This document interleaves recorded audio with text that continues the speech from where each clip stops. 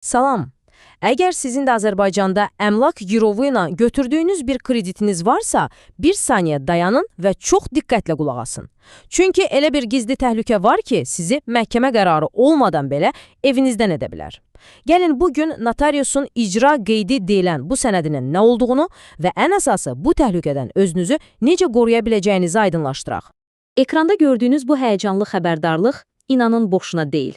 Bu, bir çox borcalının heç fərqində belə olmadığı, amma əmlakını itirməsinə səbəb ola biləcək çox real bir riskin siqnalıdır. Gəlin görək bu risk əslində nədir? Yəqin ki, əksəriyyətimiz belə düşünürük ki, bank ancaq və ancaq məhkəmə qərarı ilə bizim evimizi əlimizdən ala bilər. Elə deyilmi? Amma çox təəssüf ki, reallıq tamamilə fərqlidir. Qanundakı bir boşluq banklara və kredit təşkilatlarına bu prosesi heç məhkəməyə getmədən həyata keçirməyə imkan verir. Gəlin baxaq, bu necə mümkündür? Yaxşı, gəlin bu məsələnin düz ürəyinə baş vuraq. Söhbət notariusun icra qeydi adlanan bir sənəddən gedir. Bu, bankların və kredit təşkilatlarının son zamanlar demək olar ki, kütləvi şəkildə istifadə etdiyi bir alətdir. Gəlin çox sadə dillə izah edim. İcra qeydi o deməkdir ki, borc verən təşkilat, yəni kreditor, heç məhkəməyə getmir. Birbaşa notariusa müraciət edir və sizin girov qoyduğunuz əmlakın satış prosesini başladır. Bəli, düz eşitdiniz. Bütün bunlar məhkəmə prosesini tamamilə kənarda qoyur. Yaxşı, bəs bu proses praktikada necə işləyir? Gəlin indi bu təcrübli dərəcədə sürətli və borc alan üçün çox təhlükəli olan mexanizmin addımlarını bir-bir izləyək. Deməli, hər şey necə başlayır? Birinci addım. Kreditor sizə rəsmi bir xəbərdarlıq məktubu göndərir. İkinci və ən kritik addım, həmin məktubu aldığınız andan etibarən cəmi 20 günlük gözləmə müddəti başlayır. Əgər bu qısa müddətdə heç bir addım atmasanız, artıq gecdir. Üçüncü addımda kreditor notariusdan o bədbəxt icra qeydini alır və dördüncü addımda icra məmuru əmlakınızı satışa çıxarır. Bütün bu prosesdə məhkəmənin adı belə çəkilmir, cəmi 20 gün. Və indi işin ən dəhşətli tərəfinə gəldik. Bilirsinizmi, notariuslar heç yoxlamırlar ki, kreditorun sizdən tələb etdiyi məbləğ düzgündür ya yox. Yəni, bank sizə tamamilə əsassız, şişirilmiş cərimələr hesablasa belə, notarius heç bir sual vermədən o icra qeydini təsdiq edəcək. Gəlin mənbədə göstərilən real bir hadisəyə baxaq. Vətəndaşın banka təxminən 30.000 manat borcu var. Birdən bank ona bildiriş göndərir və borcun üstünə tamamilə əsassız, yəni havadan 10.000 manat da cərimə əlavə edir. Təbii ki, borcalan bu məktubu adi bir xəbərdarlıq zənn edir və çox da ciddiyə almır.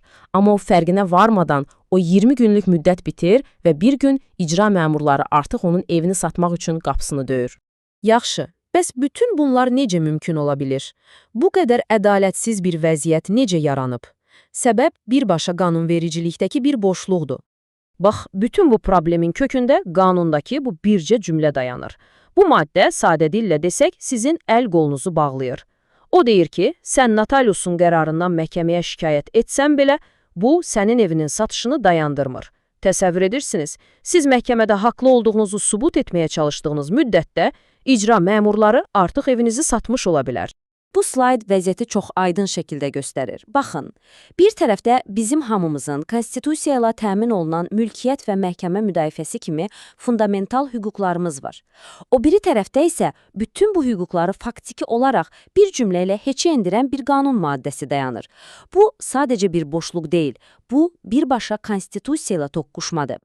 Nəticə etibarilə bu qanun maddəsi borcluları ən təməl hüquqlarından birindən məhrum edir. Əmlaklarını itirməzdən əvvəl özlərini məhkəmədə müdafiə etmək imkanından. Mənbəyə görə də bu birbaşa konstitusiyaya ziddir. Yaxşı, problemi anladıq, kifayət qədər qorxulu bir mənzərədir. Amma indi keçək ən vacib hissəyə. Bu vəziyyətlə üzləşsəniz, özünüzü və əmlakınızı qorumaq üçün nə etməlisiniz? Çıxış yolu varmı? Bəli, var. Deməli, yadınızda saxlayın, sizin ən böyük düşməniniz zamandır. Kreditorun o xəbərdarlığını aldığınız ilk gündən etibarən saat işləməyə başlayır. Məhkəməyə müraciət etmək üçün cəmi 21 gününüz var. Gördüyünüz kimi 21-ci gün sizin son şansınızdır. Bu müddəti qaçırsanız, 22-ci gündən etibarən müdafiə olunmaq qat-qat çətinləşir.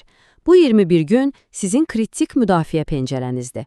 Beləliklə, o xəbərdarlıq məktubunu almısınızsa, Bir saniyə belə itirməyin. Notariusun icra qeydini verməsini qətiyyən gözləməyin.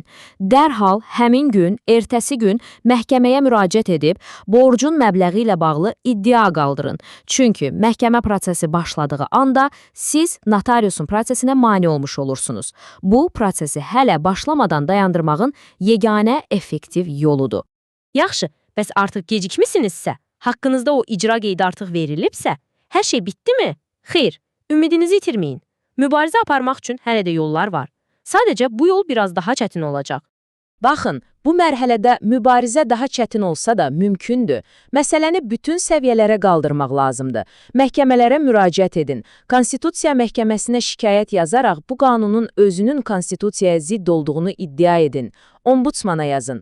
Məqsəd təkcə öz işinizi həll etmək deyil, həm də bu ədalətsiz sistemə diqqət çəkərək gələcəkdə başqalarının da bu tələyə düşməsinin qarşısını almaqdır. Və sonda, gəlin bu sual üzərində bir anlıq düşünək. Hüquqlarımız bizi avtomatik olaraq qoruyur, yoxsa biz özümüz o hüquqları qorunmaq üçün hər gün mübarizə aparmalıyıq? Bugün araşdırdığımız məsələ göstərir ki, bəzən ən fundamental hüquqlar belə kağız üzərində qala bilər. Onları qorumaq üçün məlumatlı olmaq və vaxtında hərəkətə keçmək hər birimizin öz öhdəsindədir. Ayıq olun.